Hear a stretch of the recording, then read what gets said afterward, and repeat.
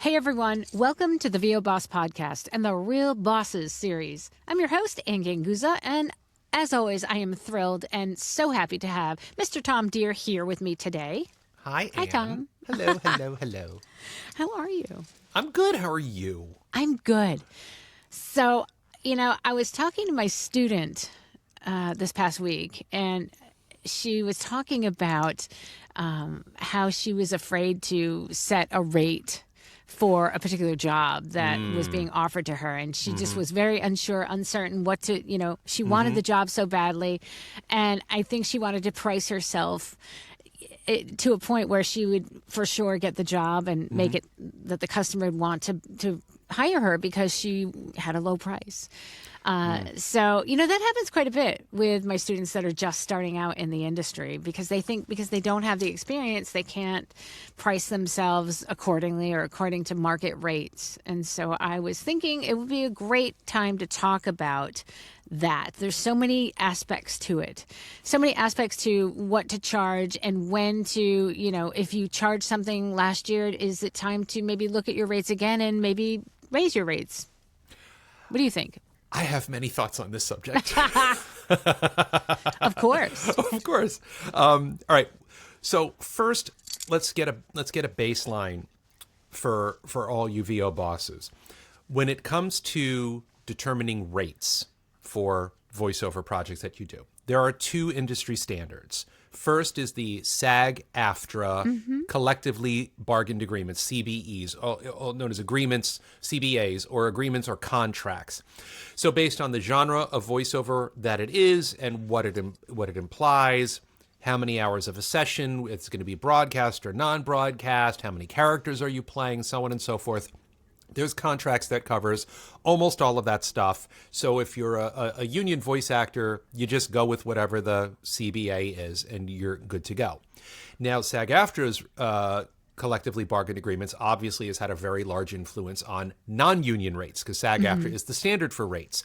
And for many, many, many years. So like when standards for commercial typically or broadcast rates. Broadcast and there are non-broadcast rates in there.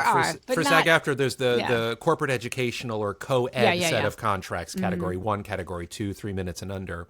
But it was a Wild West when non-union voiceover work started really coming into the fold, because like when I did my first gig in 1996, it was a non-union gig. It was here in New York City. I hadn't the faintest idea what the rate structure was. They told me what it was, and I'm like, okay.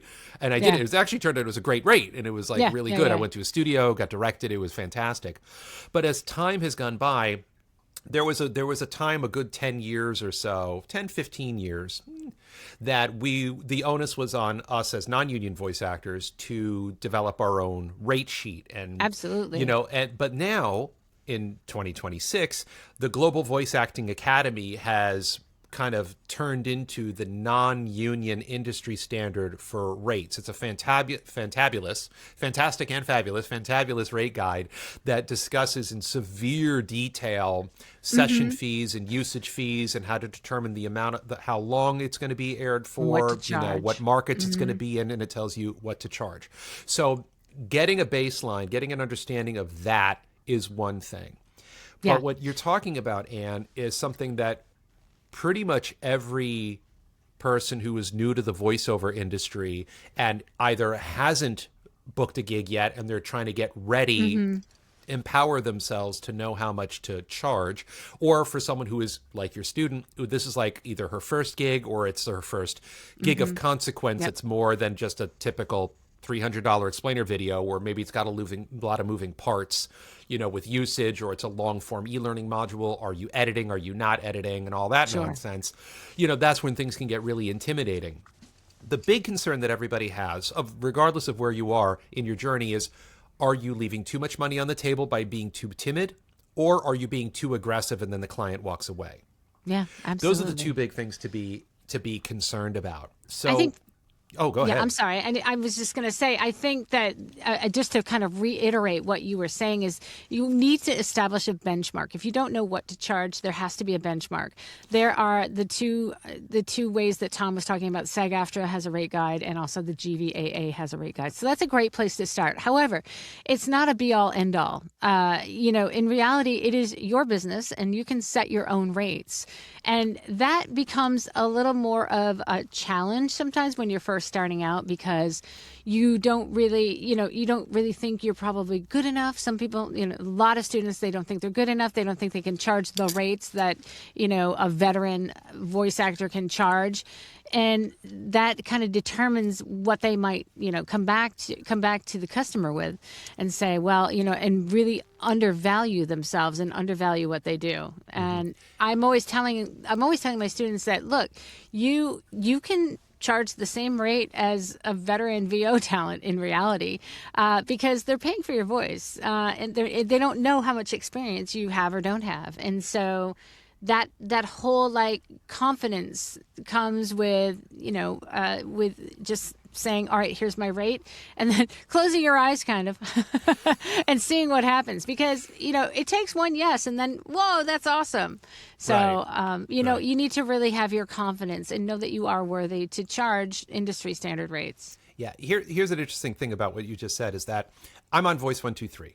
I'm on there every day auditioning. I'm booking regularly. When I audition for something, and I have thousands and thousands and thousands of projects under my belt over 30 years, and somebody who has never booked a voiceover gig before, and it's their first time auditioning for anything, and they audition for it, and they book it, they're not going to be like, oh, this is your first gig? Oh, no, this is going to be, you're only going to get half of what we posted. Exactly. But if I book the gig, they're not going to say you've been doing this for 30 years, we're going to give you 50% more. No, that's not how it works. The playing field is even on a rate, from a rate perspective, when it comes to anybody auditioning for any gig, unless you're a name. Yeah. And that's a whole other conversation. And guess what? Your agent or your manager or your PR person or your entertainment lawyer, and they or negotiate whoever for you. Will negotiate for you. But for us, for most of us, same thing with SAG-AFTRA. If you book the gig, that's the CBA. You get that amount. If this is the rate posted on Voice 123 or any other pay-to-play site, and you go look at the GVAA rate guide and go, okay, that's within the range, the suggested range of rate, then you're good. You just do that. When it comes to confidence, that's a big thing that you just said, is this happens because new voice actors lack confidence. And their mentality is, I charge less because I'm worth less. Or I really want the job. And I think I've got to come in with a low price in order to get it. And that's more often than not, that doesn't work, because let's use this analogy, Anne. Let's say you go to your favorite department store. Oh, I know. I know where you're going. Okay. And you see 4 pairs of shoes. Yep. All right. Well, you use shoes. Those 3 are worth $150, and that one's worth $800, but they look basically the same. Which one are you going to be more interested in? Well, I'm going to look at the more expensive one first, to make sure that the quality matches the price. Right. For sure. And if I really, really love them, I do this all the time, because there's, with clothing and shoes, there are the real brands and then there are the dupes. And sometimes I'm more drawn toward, the real brands, because especially if I feel they offer quality, and I'm very happy to pay for the quality brand over the cheaper brand. Right. Depending on my usage. Right. And sometimes that cheaper brand is quality just as good. Yep. There's a whole thing that everybody gets caught up, both as consumers buying shoes, or as voice seekers casting voice actors, or as voice actors trying to give a quote, perceived value. Oh yeah, absolutely. So that's a part of the equation that's actually, it's silly, but it's not silly at the same time, because if you built a good product and you branded it well, maybe you can charge better than your competitors, and you can leverage the price as it's worth it. It costs this much because it's worth this much. You get what you pay for. And that's so interesting, because you turned what I said into something, well, sometimes the cheaper brand is just as good. Yeah. And so But that doesn't mean that you should think of yourself as cheap, No. right? My whole thought is we all want to get the best quality for the lowest price. And it really takes some, I would say, research and education on the part of your client or your potential client to make that decision. And part of that decision is made for them already when they have a budget and they can't go over budget. And so therefore, no matter what you do, they can't go over the budget. And so I always say, price yourself like quality because you are quality. And also understand who your client is, right? And understand if they have a budget that may not be able to afford the quality, right? And they have a budget they have to stick to, then you decide whether you want to work within that range, right? So I think it takes two things. It's not just what you're worth, but it's also knowing and understanding who your client is and kind of getting a guesstimate on what you think their budget is, what they're willing to pay, how much they value the voiceover that they're getting, whether it's you or somebody else. And then there's so many variables in there, but always value yourself first. And then if they ask you, I always say ask them for a budget. And then you kind of know right away, right? You know what you can ask. But if they won't give you a budget, then I say price yourself on the higher side because you can always negotiate to the actual, the actual value that you will actually take the job for. Yeah, I have a confidence workaround for that, Anne, is if you're in that situation and they won't tell you the budget, which is, it's not a red flag, but it's a yellowish flag. Because maybe it's just like, they're under pressure, they have a budget, and they got to make sure they come under budget, and, fine. But what I do is when they won't tell me the budget, I give them a quote, but then I say, this quote came to you courtesy of the Global Voice Acting Academy Rate Guide, and I post a link to it, and I will take a screenshot because the rate guide's pretty big now. There's a lot to it. So what I'll also do is I'll take a screenshot of that part that I'm getting the quote from, and I'll show it to them. Yeah. This is the confidence workaround, bosses. In what you're really saying to them, this isn't what I charge. It's the industry standard. Exactly. It's the industry standard. Absolutely. So now you're relieving yourself of the responsibility of being too aggressive or too timid. You'll be like, well, this is the rate structure. So this is what I charge. And almost all of them have a range of some sort. Oh, yeah. Absolutely. And if they go with the minimum, it's like, okay, that's fine. If it's 300 to 500 and they say 300, then you can go okay. Or if you want to like haggle over buying goats, well, how about 450? 425, 427.50. Okay, sold. Whatever nonsense. But like, I never do that. They're like, I'm like, and I say, hey, if your budget can handle that, great. If not, let me know what your budget can handle. I've never gotten a negative response when I've used that verbiage. Never. Exactly. And so let me dial it back, guys, quite a few years before the rate guides. Before the rate guides, if you were in the voiceover industry, you had to come up with your own rate. I mean, in reality, SAG-AFTRA was always kind of existing, but for non-broadcast, you basically had to come up with your own rate, and that was good and bad. The one way that it was good is it kind of toughened you up for some negotiation. It helped you to learn how to negotiate, and I think that skill has really taken me far in my career today because I'm not afraid to negotiate, and I'm not afraid to, I've got strategies on, what price I can say and that they will accept, or I can give myself leeway and say, typically I would charge this, and I'm happy to, does it fit within your budget? As soon as I say that question, does this fit within your budget? Then it tells them that I'm willing to negotiate with them. And then they can say yes or no. They can say, oh, my budget really is this. And then I go right according to that. And I love how you talk about the GVAA. Here, this is the rate. Here's the GVAA guide. If I'm already working with a client, I can do that, but I can also say, typically I would charge this.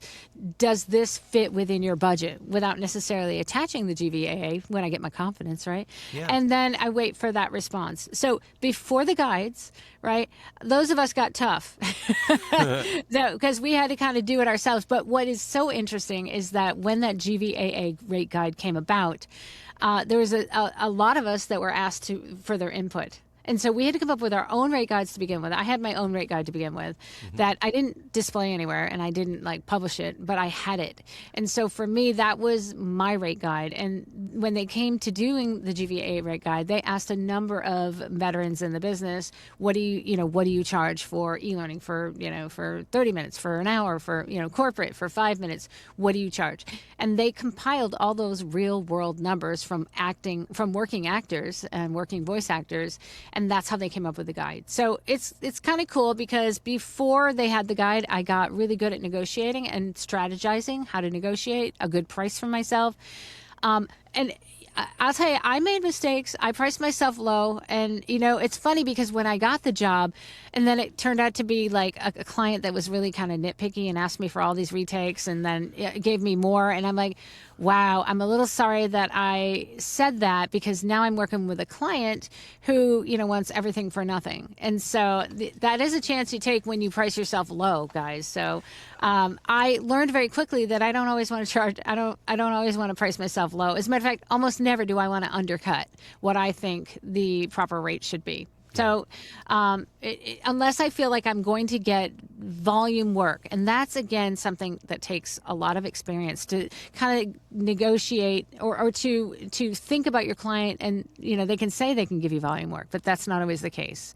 So at that point, you kind of have to leave it to faith and say, do I think that this client's going to give me more, work? And so, okay, I don't typically charge that, but I would love to, have a relationship with you. And that's how I end that. So if I do take a little bit less than I want to make sure that I'm going to get, more jobs to kind of make up for that. The lower the price, the higher the stress. Yeah. If you ask any veteran voice actor, they will tell you that the less that a client is willing to pay you, the more of a pain in the butt they will be, because they don't value you. They undervalue you. Yeah. And I've noticed that the higher and they undervalue price, the voiceover itself. Yes, they undervalue every aspect of you. They think voiceover is easy, anybody can do it, and so you shouldn't get paid a lot. Right. They have their own assumptions. Right. But on the other side of that, the flip side of that coin is that the higher that I get paid from a client, the better they are to me. Oh, absolutely. They never get more demanding or take things, or do whatever, or they're rude. They're always nicer. It's just always a more pleasant experience when they pay you more. And I don't think it's like a luxury thing. It's just like they have this budget, they understand the project, and they understand you, and they understand your value, and they understand your contribution to the project, and the quality that you provide, both as an artist with your performance, and also as your ability to take direction, and your ability to deliver files, and do all the things and that know that you won't bash the client, you won't bash the script, you won't violate the NDA, you won't post about it on social media, all those things. And you know what? If I get paid, right, the higher amount, and they trust me, I don't nitpick about pickups. I don't, I just give them what they want after that. As a matter of fact, I don't want to be bothered with charging them for a pickup unless it's like a month down the road and it's considerable amount of, script that I have to do. And then of course I'll price it out again like a normal script. But if they need a line or two, or even like 3, I always say up to 10% of your final word count, it's on me. Yeah. So in reality, that gives that confirms and validates that they have hired somebody that is professional and that is going to give value, and even a little bit of a bonus value, right, for their money.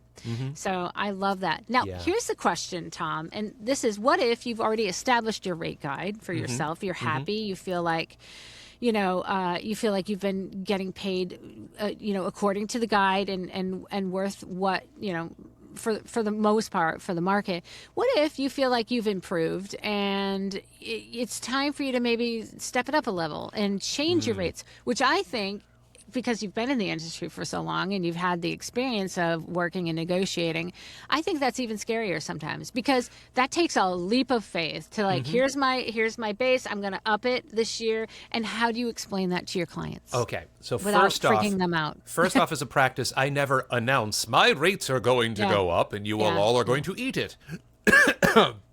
Excuse me. See, there you go. You ate it. Sorry, my grown-up voice made me have a coughing fit. I never announce it in that kind of way, proclamatory declaration. This is what I do. So a client, I did an explainer video for a client last year, let's say, and they paid me $450, and it's been a year. And they'll be like, hey, Tom, you did that whatever thing for us last year.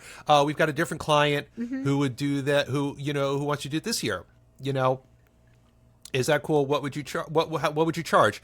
And I'll be like, well, I mean, in my head, I go look at my cash flow spreadsheet, which I've talked about many times, where I track everything, and I have the full 20, 30-year history of every voiceover gig that I've done. And I'll go look, and I'll be like, yeah, last year I charged $450 for this explainer. $475, cool. I do it that cash. Yeah. That's it. I agree with you. That's and absolutely the way to do it. 99% of the time, they're like, okay. Yeah, it sneaks it in. You know what I just sneak it in, but I don't make a big deal out of it. Yeah, absolutely. So it's not this like newsletter or email blast or blog. I just do it project to project. I love that.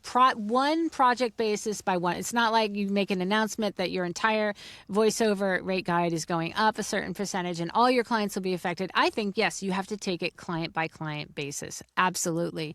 And kind of slip in, I've done that exact same thing, Tom. It's so funny. And we never talked about this. So I do the same thing. I just kind of say, yeah, okay, so that's going to be, and sometimes it's always a different length, right? For the most part. And so sometimes they think, oh, okay, it's longer than last year's. And so that's why she's charging more. But in reality, it just now becomes your new baseline. Yeah. And that I think I think that's the way to handle it, because you don't want to I've had my software, QuickBooks will be increasing its prices, or Prime will be increasing. Netflix is increasing its price, this year. And I'm like, well, I'm not going to do that with my voiceover. Well, here's the thing about that, Ann, is that that is a B2C yes. thing. It's absolutely. A business to consumer. You're the consumer of Disney Plus. Yes, Disney absolutely. Plus sends you an email saying it's going to go from this to this. Yep. And so when people come into the voiceover industry, they think that's what they're supposed to do too. You're they're not, because this is not such a good observation. This is not a B2B industry. This is not a B2C industry. It's B2B. It's B2B. It's business to business. Yep. You know what I mean? Absolutely. So now if you're a vendor and there's like you supply lumber to this construction company, there's going to be a meeting or something. It'll be like, well, there's a contract. And it's like, well, for this year's contract, instead of it being this amount of pound, it's going to be this amount of pound. And they say, oh, I don't know if I can handle that. Can I pass that cost along to the home buyer or the whatever? And then they have, but for us, it's not really, it's not like that at all. It can be that casual. It can be that incremental. And here's the other thing about it. Genres. Can I just interrupt for 1 second really quick? Because it's funny, because you used lumber as an example. And you can always say like the cost of like a material has gone up, and not necessarily lumber, but let's say if it was a product and you had materials that were making up that product, like rubber or microchips or exactly, whatever. Or you sold furniture, whatever, and then, you know what I mean, or whatever it is that went up. The hardware prices went up, so I have to put that into my charge, whatever. Like that gives a good reason. But in reality, the fact is that whatever it is, the price went up. Think about it as being either it costs more to make, or it's been, I'm going to say, improved, right? So think about it in terms of voice acting, right? If you've improved because you've had training, right? And it's kind of like when is it time to refresh a demo? Well, you're better now. So I think also that should count towards if you have a price increase, right? Because you have more experience, you have more jobs under your belt, you've gotten training, you've gotten additional training. And so I feel like that can be a part of it, but you don't have to announce it. Yes. You don't have to explain it to the client. Right. But in terms of you're better, yes. Yeah. So charge more. The two reasons why you would raise your rates is, one, you've gotten better at it, so you're more valuable. And two, just cost of living. Your overhead has gone up. It costs more for rent or for, your pay-to-play subscription or your Source Connect or whatever. So the prices of everything around us goes up while we're trying to be a voice actor. Sure. You know what I mean? Absolutely. And again, Ann said you don't have to tell them, you just do it. Exactly. And they're not going to think about that. They're probably going to implicitly oh yeah, new year, new rates. And it's like, and everyone's like, oh, everything goes up. Yeah. Why doesn't there go up? Exactly. And then most of them don't put much thought into it. Now, here's the other thing, Ann. If you do have a client who's kind of like, and you're kind of sick of them, you're kind of over them, like that they're not paying you enough, or they're getting too demanding, The next time a gig comes along, you could be like, yeah, I was doing that for 12 cents an hour. Now 12 cents a minute or 12 cents a word or whatever it is. It'll be like, well, now it's going to be 15. It's going to be 15 now. And they're like, we can't handle that. And you'll be like, okay, well, what can your budget handle? 9 cents. It's like, no, not going down, because one thing I always tell my clients is I'm happy to work with your client's budget within reason. If it's no longer within reason because they're just too much of a pain in the butt to work with anymore, if you want to do a proclamatory thing and announce it, like, I wouldn't do that. You just wait till the next gig comes along. You're like, yeah, no, I charge more. I charge more now. And either they take it or they don't. If they don't take it, then guess what? You haven't fired the client. The client quit. Yeah. And which is, you know what I mean? Because like, when do I fire a client and all that stuff? It's like, you don't have to. Just raise the money. Just raise the rent. Raise the rent until they can't, until they move out. Because, I'll tell you what, the raising of your rates, it doesn't just have to do with you. Do you know what I mean? In your product and how good you get. It really has everything to do with you and the client relationship you have, right? You either know your client, you've been working for them for years. And so if the rate is increased, they don't even blink an eye for the most part, right? Because you've established a great relationship. Now, if this is a newer client, you don't know them as well, and you've not really gotten familiar with how they work, and if you think a price increase would work with them, then I think it depends on, like Tom said, if they kind of are a pain in the butt, they're probably going to resist a price increase. And so, it is what it is. I would say raise the price and then say, if they can't do it, and say, well, I'm so sorry. I can recommend maybe someone that could do this, or, just don't burn your bridges, right? Because I've actually done that, and they've come back and upped their budget to pay me. So you can always do something. I would never get angry or burn your bridges, because if they like you, they'll come back. Right. So if it's a first time client. So there's first case is that you know your client. You've worked with them for a long time. Second case, you've worked for them a little bit and you're not quite sure, you're testing the waters. The third is you don't know your client, right? And then you've got to just negotiate without necessarily having a previous knowledge of what they're able to pay or how they're going to react to a price increase. So those factors all take into account not just you and your price, but your education and your knowledge about the client. And then it takes a strategy, right? It takes, I think, a real strategy to how you're going to work client by client to figure out what you're going to charge. And when you increase the price, be prepared. If they balk at it and you're okay with letting them go, it will give you more time to look for clients that will pay. Right. So I think there's so many things that are involved in the price increase. And it's not just you, should I do this? Right. It's you and your relationship with your clients.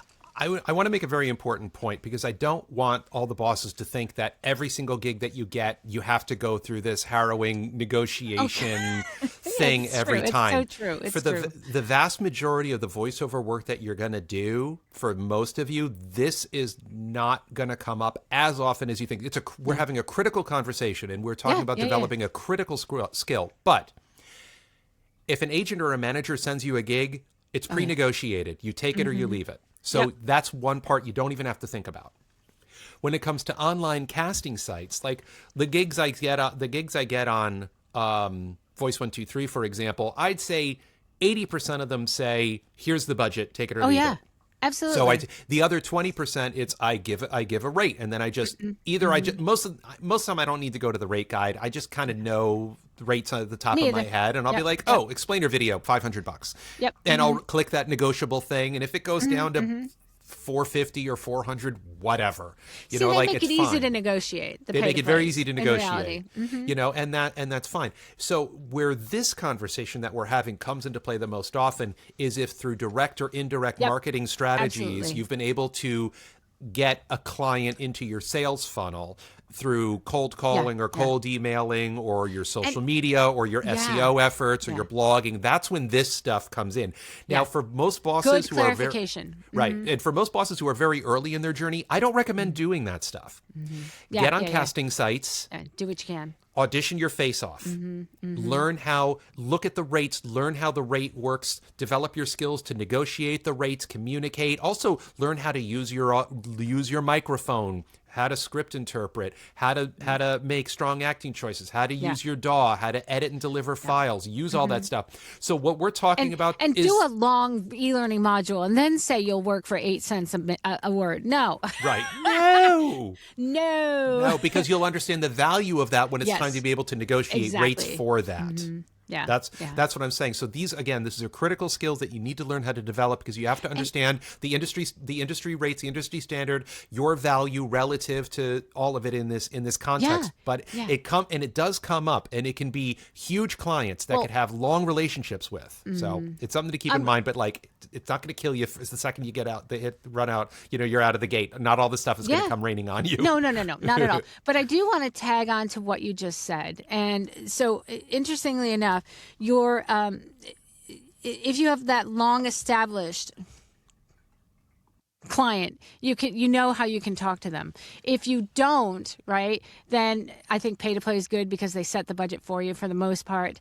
And I'm going to tell you though, Tom, the thing about it is most people these days, especially because there's a lot of talk and discussion, on the groups about it. They don't want to do pay to plays. They're like, oh, I don't want to. I want to spend for pay to play. I want to do direct marketing.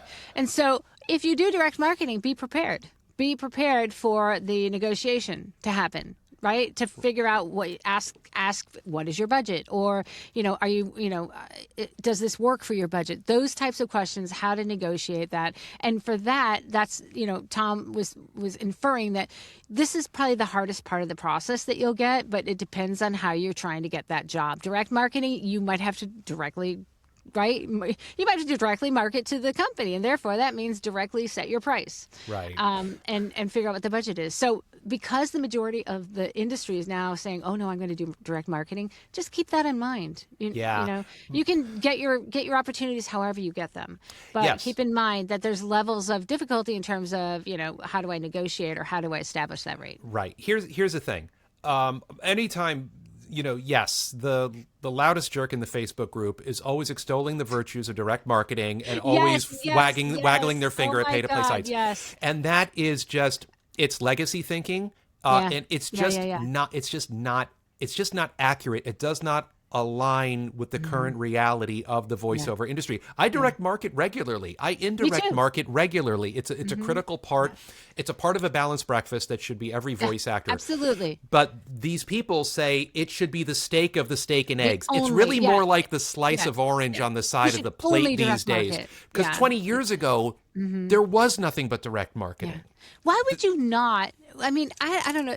Why would you not want to be able to supply yourself with the most opportunities to get a gig, right? Why would I just direct market? I mean, okay, it's an investment in a pay to play, but hey, pay to plays, even if you're not necessarily banking a ton with it, give you so much experience in terms of real world scripts, dealing with clients that may come back. And so if you're just starting out, I think it's valuable.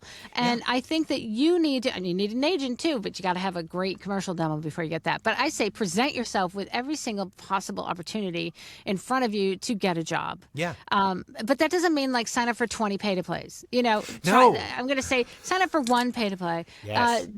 Try your hand at some direct marketing, and put some social media in there as well. Look, casting sites is hunting.